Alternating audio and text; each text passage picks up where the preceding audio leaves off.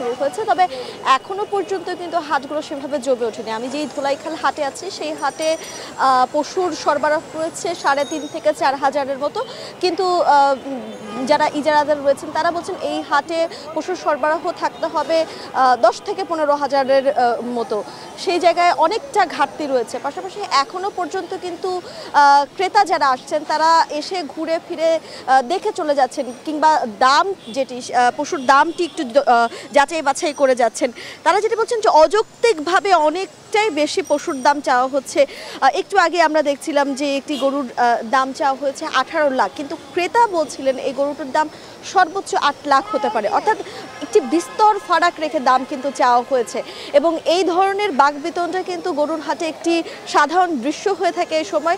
সেই দৃশ্যগুলো হরহামেশাই প্রতিটি কাউন্টারে দেখা যাচ্ছে। পাশাপাশি কিশোর যারা রয়েছেন, পাড়া মহল্লের কিশোর, তাদেরও কিন্তু এই কোরবানির হাটকে ঘিরে যে উৎসাহ, সেই উৎসাহের কোনো কমতি নেই। তার বাইরে গিয়েও কিন্তু যে পশুগুলো আসছে, বিশেষ করে যে পশুগুলো বা গরুর কথা যদি বলতে হয় অনেক বিশাল দেহের কিংবা একটু বেশি ওজনের, সেই গরুগুলোকে ক্রেতাকে আকৃষ্ট করার জন্য গরুগুলোর আবার আলাদাভাবে নামকরণ করা হচ্ছে, যেই নামগুলো নিয়েও কিন্তু আসলে বেশ ক্রেতা যারা রয়েছেন তাদের মধ্যে উৎসাহ দেখা যাচ্ছে। রাজা বাদশাহ, হীরক, মালা, এ ধরনের নাম, কালামানিক, এ ধরনের নাম দিয়ে কিন্তু সেই গরুগুলোকে এই হাটে ওঠানো হয়েছে। পাশাপাশি অনেক কৃষক যারা রয়েছেন, যারা গরু লালন পালন করেছেন নিজেদের বাড়িতেই, তারাও কিন্তু একটু বেশি লাভের আশায় কোনো মধ্যস্থতাকারীদেরকে সেই গরুটি বুঝে না দিয়ে তারা নিজেরা গ্রাম থেকে এসেছেন। কুষ্টিয়া, চুয়াডাঙ্গা, নাটোর, নওগাঁ, এই ধরনের প্রত্যন্ত জায়গা থেকেও কিন্তু অনেকে তাদের নিজেদের গরুটি নিজেরা নিয়ে এসেছেন, যে যদি নিজেরা নিয়ে আসেন তাহলে হয়তো লাভ একটু বেশি হবে।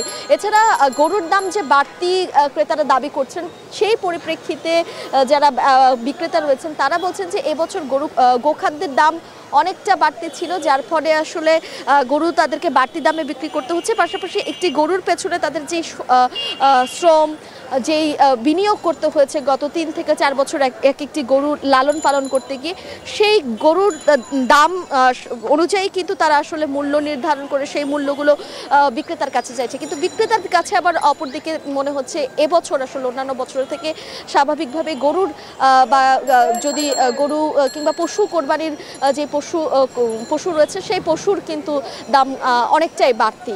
শম্পা, এই ছিল আমার কাছে ধোলাইখাল হাট থেকে সর্বশেষ। রাজধানীর ধোলাইখাল পশুর হাট থেকে আমাদের সঙ্গে যুক্ত ছিলেন সহকর্মী তানজিলা খান মিম। এবারে যেতে চাই সিলেটের সহকর্মী রাকিবুল রাফির কাছে। রাফি, আমরা দেখছিলাম রাজধানীতে এখনো পশুর হাট জমে ওঠেনি, পাশাপাশি দাম নিয়ে অভিযোগ রয়েছে। আপনি যেই হাটে এখন আছেন সেখানকার পরিস্থিতি কি?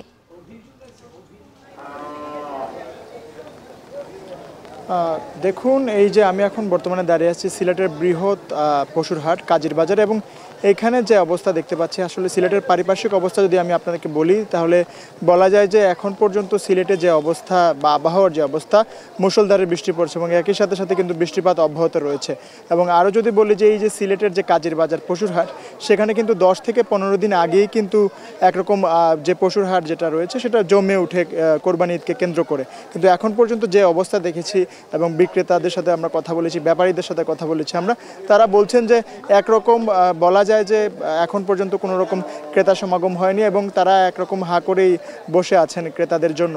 এবং এই যে বাজারটি রয়েছে, এই বাজারে কিন্তু এবছর প্রায় ১০ থেকে ১২ হাজারেরও বেশি কিন্তু যে পশু বা গবাদি পশু যেটি রয়েছে, গরু এবং ছাগল, মহিষ, ভেড়া সব কিছু মিলিয়ে কিন্তু ১০ থেকে ১২ হাজারেরও বেশি কিন্তু পশু এখানে এই হাটে বসেছে। এবং যেটা গত বছরের সংখ্যা ছিল প্রায় ৬ থেকে ৬.৫ হাজার। অর্থাৎ এই বছরে যদি আমি যে তথ্য উপাত্তটা যদি প্রাণী সম্পদ মন্ত্রণালয়ের কাছ থেকে আমরা যেটা পেয়েছি সেটা যদি আপনাকে জানাই, যে এবার সিলেটে প্রায় কোরবানিযোগ্য পশু ৪.৫ লাখেরও বেশি বা ৪.৫ লাখের মতো এবার কোরবানি পশু হাট স্থায়ী অস্থায়ী মিলে বসবে। এবং একই সাথে সাথে কিন্তু গত বছর যে সংখ্যাটি ছিল সেটা ছিল প্রায় ২ লাখের মতো, এবং চাহিদা ছিল ৩ লাখ, এবং ১ লাখের মতো ঘাটতি দেখা গেছে। এবং এবছর কোনো রকম ঘাটতি নেই, অর্থাৎ পশুর যে প্রতুলতা বা পশুর হাটে যে এরকম পশু বসার কথা সেরকম কিন্তু এর থেকেও বেশি বসেছে। এবং এবং 4.5 লাখের মতো পশু এসেছে এবং একই সাথে সাথে চাহিদাও ছিল প্রায় 3 লাখের মতো এবং 1 লাখ কিন্তু এখনও বাড়তি আছে এবং 36,000-এর বেশি কিন্তু পশু উদ্ধৃত রয়েছে। এবং একই সাথে সাথে আমরা যারা ব্যবসায়ীরা আছেন এবং যারা ক্রেতারা আছেন তাদের সাথে কথা বলেছি এবং ব্যবসায়ীরা বলছে যে মোটামুটি শুক্রবার বা বাজারবার যেগুলো রয়েছে সেগুলোতে ধীরে ধীরে হাট বসতে শুরু করবে এবং একই সাথে সাথে কিন্তু আরও 2-3 দিন বাকি রয়েছে কোরবানি ঈদের। তো বলা যায় যে যদি আবহাওয়া কিছুটা থিতু হয়ে যায় এবং বৃষ্টিপাত কমতে শুরু করে তাহলে কিন্তু দ্রুতই এই বাজারের যে পরিস্থিতি সেটা কিন্তু স্বাভাবিক হয়ে যাবে। তো এই ছিল আমার কাছে সিলেটের কাজের বাজারের পশুর হাট থেকে সর্বশেষ খবরাখবর। সিলেট থেকে সহকর্মী রাকিবুল রাফি যুক্ত ছিলেন আমাদের সঙ্গে। এ পর্যায়ে যেতে চাই সহকর্মী ইমতিয়াজ আহমেদের কাছে, তিনি আছেন ময়মনসিংহে। ইমতিয়াজ, জানতে চাই দেশের বিভিন্ন পশুর হাটে ক্যাশলেস লেনদেনের বিষয়টি চালু হয়েছে, আপনি যেখানে আছেন অর্থাৎ ময়মনসিংহে এমন চিত্র দেখতে পাচ্ছেন কিনা?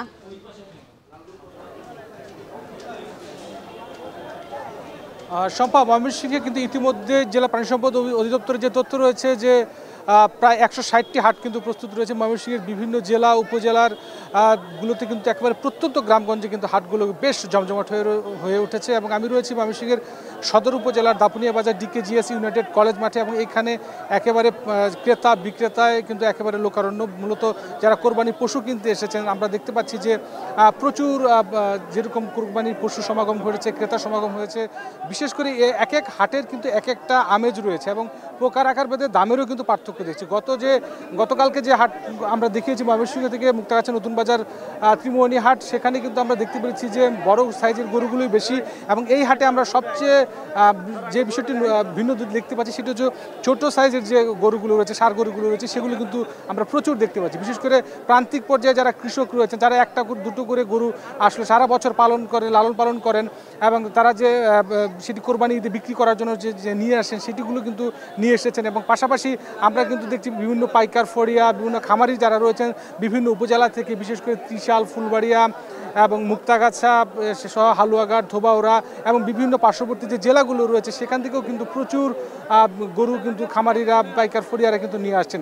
তবে বেচা বিক্রির ক্ষেত্রে যে বিষয়টি বলতে হয়, এবার কিন্তু গত বছরের থেকে প্রত্যেকটি কোরবানি পশুতে কিন্তু 10 থেকে 15,000 টাকা পর্যন্ত বৃদ্ধি পেয়েছে, যেটা বলছেন যে আসলে 90 থেকে 95,000 টাকার নিচে কোনো গরু পাওয়া যাচ্ছে না। এবং এই হাটে আমরা সর্বোচ্চ প্রায় 3 থেকে 3.5 লাখ 4 লাখ টাকা পর্যন্ত গরু দেখেছি। আসলে মূলত যারা দেশি জাতের ছোট সাইজের গরু কিনতে চান তারা কিন্তু এই হাটে বেশি আসছেন এবং মোটামুটি কিন্তু যারা ইজারাদার রয়েছেন তারা যেটা বলছেন যে বেচা বিক্রি কিন্তু বেশ ভালো জমে ওঠে, যেহেতু আরও ঈদের আর কয়েকটা দিন রয়েছে সেখানে আরও বেচা বিক্রি হবে। যে আপনি একটু আগে যে প্রশ্নটি করছিলেন ক্যাশলেস, বিশেষ করে বিভিন্ন যে মোবাইল ব্যাংকিং যেগুলো রয়েছে সেগুলোর বিভিন্ন এজেন্ট আমরা দেখতে পেরেছি, বুথ আমরা দেখতে পেরেছি। সেই বুথগুলোতে কিন্তু যারা আসলে নগদ টাকা নিয়ে আসছেন না তারা কিন্তু সেই মোবাইল ব্যাংকিংয়ের মাধ্যমে কিন্তু এখানে কিন্তু তারা কোরবানির পশু কিন্তু কিনতে পারছেন। এবং সবশেষ যেটা বলতে হয়, জেলায় কিন্তু এবার 1,80,985টি কোরবানি গরু চাহিদা রয়েছে, যেখানে উদ্বৃত্ত রয়েছে 70,000 কোরবানি পশু। সব মিলিয়ে এই ছিল ময়মনসিংহ থেকে কোরবানি পশুর হাটে বেচা বিক্রি সর্বশেষ আমার কাছে।